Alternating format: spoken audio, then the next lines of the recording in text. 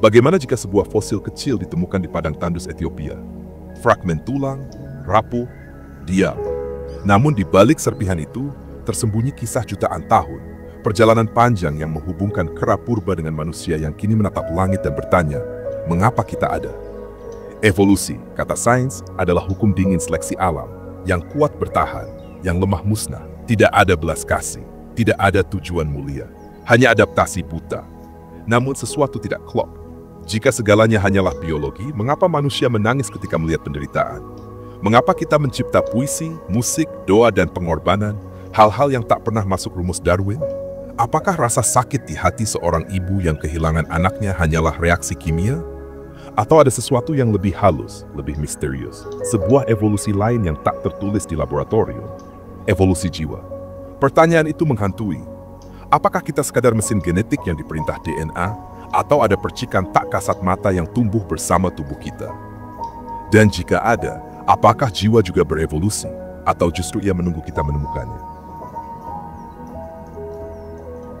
Sejak awal peradaban, manusia tidak pernah berhenti bertanya, apa arti menjadi manusia? Di Yunani kuno, para filsuf berjalan di agora, merenung di bawah langit berbintang. Socrates bertanya, kenalilah dirimu sendiri. Plato menulis tentang dunia ide, tempat keindahan dan kebaikan abadi berada. Mereka melihat manusia bukan hanya tubuh, melainkan jiwa yang mencari rumah. Di belahan lain, para bijak timur berbicara dengan nada berbeda, namun sejajar. Buddha mengajarkan bahwa penderitaan lahir dari keterikatan, dan jalan menuju kebebasan bukanlah memperkaya tubuh, melainkan menyadarkan batin. Di India, para rishi menulis dalam Upanishad bahwa Atman, jiwa terdalam, adalah percikan dari Brahman, realitas mutlak. Ribuan tahun kemudian, sains masuk dengan suara yang lebih keras, lebih tajam. Charles Darwin menerbitkan On the Origin of Species, menggeser pusat alam semesta. Bukan lagi Tuhan yang menata spesies, melainkan seleksi alam. Burung dengan paruh paling cocok bertahan, sementara yang lemah tersingkir. Dunia tidak dibangun atas tujuan moral, melainkan kompetisi buta. Namun sejarah tidak pernah sesederhana itu. Ketika teori evolusi berkembang, perdebatan pun membesar. Nietzsche, filsuf Jerman, menyatakan bahwa Tuhan telah mati. Bukan karena Tuhan hilang, tetapi karena manusia modern tak lagi menggantungkan makna pada langit. Manusia harus mencipta maknanya sendiri. Tapi apakah sains mampu menjawab pertanyaan terdalam? Bayangkan seorang tentara yang kembali dari perang, membawa trauma yang menghantui setiap malam. Secara biologis, mungkin itu hanyalah reaksi saraf dan hormon. Tetapi siapa yang bisa menyangkal bahwa luka itu juga spiritual? Bahwa di balik mekanisme tubuh ada sesuatu yang lebih lembut, lebih tak terdefinisikan, yang turut hancur bersama dentuman bom. Sejarah pemikiran menunjukkan satu hal, manusia selalu berada di persimpangan antara biologi dan jiwa. Agama menawarkan jawaban transenden, sains menawarkan hukum material, dan filsafat berdiri di antara keduanya, mencoba menjahit retakan dengan kata-kata. Kita selalu ingin percaya bahwa kita lebih dari sekadar daging yang bisa lapuk. Tetapi kita juga tak bisa menutup mata pada bukti bahwa tubuh kita tunduk pada hukum yang sama dengan hewan lain. Disinilah paradoks itu lahir. Apakah evolusi hanya kisah tulang dan gen? Atau juga kisah kesadaran yang perlahan belajar melihat dirinya sendiri? Bayangkan seekor serigala yang berburu di hutan salju. Ia lapar, ia membunuh. Bagi serigala itu sekadar naluri bertahan hidup. Tidak ada pertanyaan moral, tidak ada dilema etis, hanya insting. Sekarang bayangkan manusia melakukan hal yang sama. Membunuh bukan hanya menghasilkan daging, tapi juga rasa bersalah, rasa takut, bahkan perdebatan panjang tentang benar dan salah. Dari sini muncul pertanyaan, jika kita hanyalah hasil evolusi biologis, mengapa kita dibebani kesadaran moral yang menyiksa? Sains modern memberi jawaban pragmatis. Moralitas, kata para biolog evolusioner, hanyalah strategi bertahan hidup. Rasa bersalah membuat kelompok lebih stabil. Empati menolong spesies agar bisa bekerja sama. Singkatnya, moralitas adalah produk sampingan dari otak yang berevolusi untuk memastikan kelangsungan hidup. Tidak lebih. Namun pandangan ini terasa dingin, seperti mendengar bahwa cinta yang kita rasakan hanyalah reaksi kimia serotonin. Bahwa doa seorang ibu hanyalah impuls listrik di neuron otaknya. Bahwa penderitaan seorang anak bukanlah tragedi kosmik, melainkan statistik biologi. Disinilah konflik bermula. Di satu sisi, kita melihat bukti tak terbantahkan bahwa tubuh dan pikiran tunduk pada hukum alam. Evolusi menjelaskan begitu banyak hal. Mengapa kita punya jari, mengapa kita bisa bicara, mengapa otak berkembang. Tapi di sisi lain, kita merasakan ada sesuatu yang melampaui. Saat seorang musisi menciptakan lagu yang membuat jutaan orang menangis, apakah itu hanya hasil neuron yang kebetulan terhubung dengan cara tertentu? Saat seseorang berkorban nyawa demi orang asing, apakah itu sekadar ilusi evolusioner? Bagi banyak pemikir, jawaban sains murni terlalu kaku. Nietzsche melihat manusia harus menciptakan makna sendiri, bahkan jika alam semesta diam.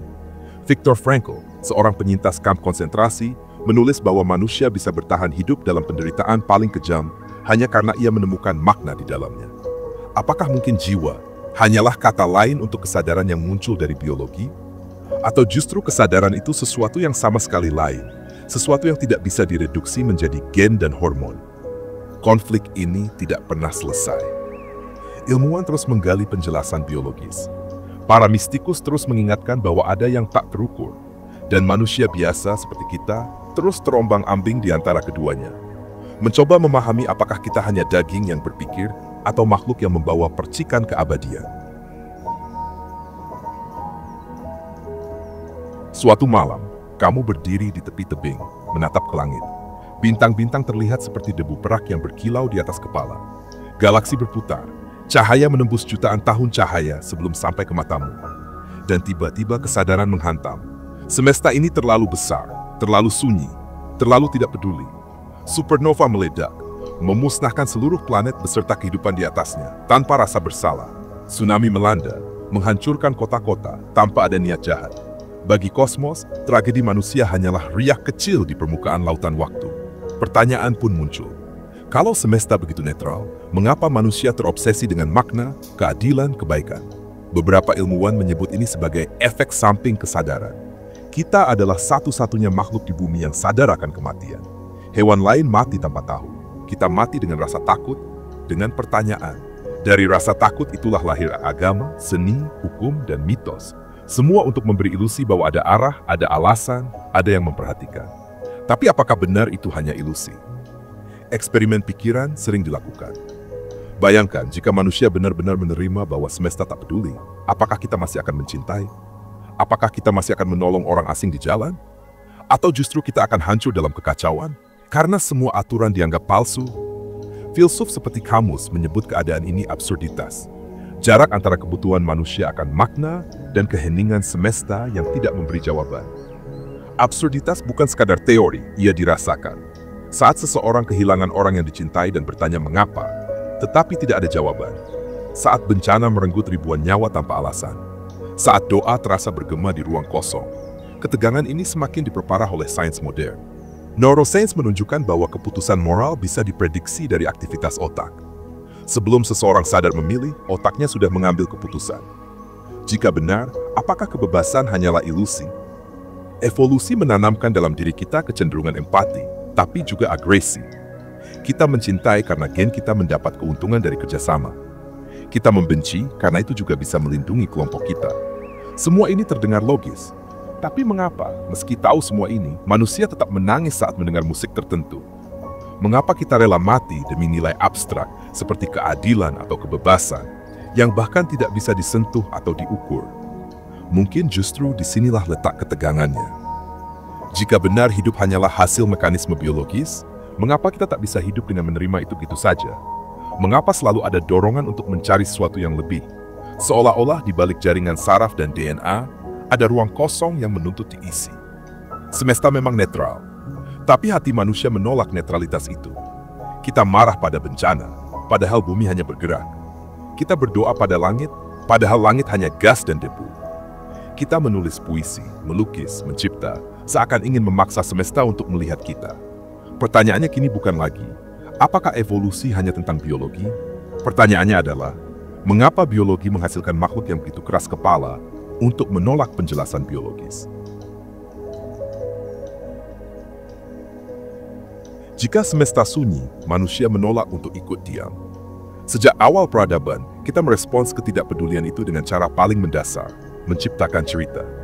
Agama lahir bukan hanya sebagai sistem kepercayaan, tetapi sebagai jaring makna yang melindungi kita dari kehampaan. Dalam kitab-kitab suci, langit bukan sekadar gas kosmik, ia menjadi firman, tanda, dan tujuan. Dengan itu, penderitaan bukan lagi acak, tetapi ujian. Kematian bukan lagi akhir, melainkan pintu menuju sesuatu yang lebih. Namun, bukan hanya agama yang menjadi jawaban. Lihat hukum, lihat etika, lihat seni. Semua adalah cara manusia menulis arti di atas lembaran kosong kosmos. Albert Camus dalam mitos Sisyphus menggambarkan seorang pria yang dihukum para dewa untuk mendorong batu ke puncak gunung hanya agar batu itu jatuh kembali. Kerja tanpa akhir, tanpa tujuan, sebuah simbol tentang absurditas eksistensi. Tapi Camus menyelipkan sebuah gagasan mengejutkan.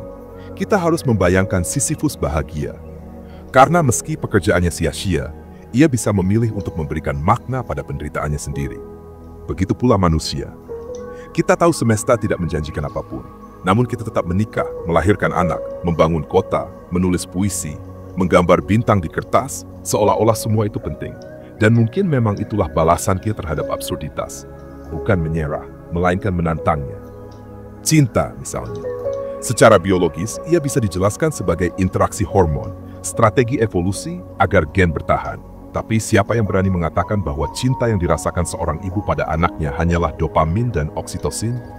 Ada sesuatu yang lebih dalam, yang tidak bisa dikecilkan hanya menjadi reaksi kimia. Cinta adalah protes terhadap nihilisme. Ia berkata, meski semesta tak peduli, aku peduli. Seni juga demikian. Lukisan gua di Lascaux, simfoni Beethoven, puisi Rumi, semua adalah pernyataan keras kepala bahwa hidup tidak cukup hanya dijalani. Ia harus dirayakan, ditafsirkan, diabadikan. Seni adalah cara kita mengukir keabadian di dinding waktu. Meski tahu bahwa akhirnya semua akan hancur. Dan hukum, etika, moralitas, semua itu seperti pagar imajiner yang kita dirikan di padang kosong eksistensi. Kita tahu tidak ada hakim kosmik yang mengawasi, tapi kita memilih untuk menjadi hakim bagi diri sendiri. Kita memilih untuk percaya pada keadilan bahkan jika kosmos tak mengenalnya. Mungkin inilah titik baliknya. Manusia adalah satu-satunya makhluk yang berani melawan kenyataan dengan imajinasi. Kita tidak hanya bertahan hidup, kita menciptakan alasan untuk bertahan hidup. Evolusi memberi kita otak untuk mengolah informasi. Tapi jiwa, atau apapun yang kita sebut sebagai inti batin kita, menggunakan otak itu untuk merajut makna yang melampaui kebutuhan biologis. Lalu muncul pertanyaan yang lebih menghantui. Jika semua ini hanyalah ciptaan kita sendiri, ilusi untuk menenangkan diri, apakah itu membuatnya tidak nyata? Atau justru, apakah kemampuan untuk mencipta makna di tengah kehampaan adalah bukti bahwa evolusi tidak hanya melahirkan tubuh, tetapi juga jiwa? Kamu berdiri sendirian di sebuah gurun yang luas. Malam tak berujung, langit penuh bintang. Jutaan titik cahaya, masing-masing adalah matahari dengan planet-planet yang mengitarinya. Begitu indah dan sekaligus mengerikan. Karena di bawah kilau itu, satu kebenaran menusuk. Tidak ada yang memperhatikanmu. Tidak ada yang mencatat apa yang kamu lakukan. Tidak ada yang akan datang menyelamatkanmu. Inilah wajah telanjang semesta. Indah, tapi dingin. Megah, tapi acuh. Di titik ini, banyak yang merasa hancur. Apa gunanya semua perjuangan, semua penderitaan, jika kosmos tetap diam? Apa arti keberhasilan jika bintang-bintang tidak peduli? Namun justru disinilah paradoksnya sebuah kebebasan radikal muncul. Karena jika semesta tidak menulis naskah untukmu, berarti kamu bebas menulis naskahmu sendiri. Tidak ada sutradara yang mengatur, tidak ada penonton yang menilai, tidak ada hakim yang mengadili. Hanya dirimu dan pilihanmu. Di dalam hampa itu, kamu bisa memilih apapun. Kamu bisa menulis arti di pasir, meski tahu angin akan menghapusnya. Kamu bisa mencintai meski tahu kematian akan memisahkan. Kamu bisa berkarya, meski tahu waktu akan meluluh lantahkan. Dan justru karena semua itu fana, pilihanmu menjadi lebih berharga. Bayangkan seorang seniman yang tahu lukisannya akan terbakar esok hari, tapi tetap memilih melukis dengan sepenuh hati. Atau seorang penyair yang tahu puisinya hanya akan dibaca sekali, lalu dilupakan, tapi tetap menulis dengan tinta darahnya sendiri. Nilai dari tindakan mereka bukan datang dari keabadian, melainkan dari keberanian untuk menciptakan makna, meski tahu semuanya akan musnah. Mungkin disitulah letak inti jiwa manusia. Bukan pada jawaban yang kita temukan, tetapi pada keberanian untuk tetap bertanya. Bukan pada kepastian yang kita genggam, tetapi pada tekad untuk terus berjalan dalam ketidakpastian.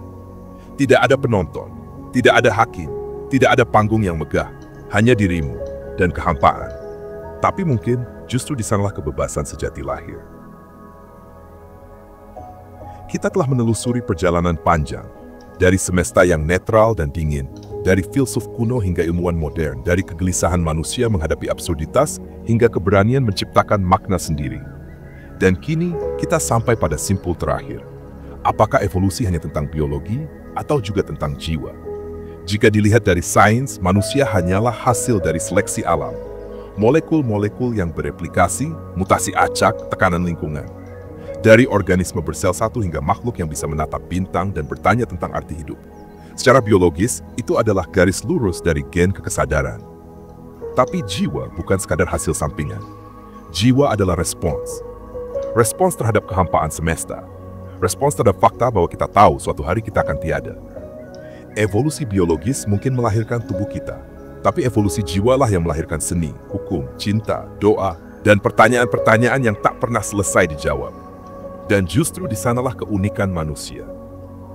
Kita tidak hanya berevolusi untuk bertahan hidup, kita berevolusi untuk mencari arti, untuk menulis makna di tengah ketiadaan, untuk menantang kosmos yang diam dengan suara kecil kita, puisi, tawa, air mata, dan pilihan yang kita buat setiap hari.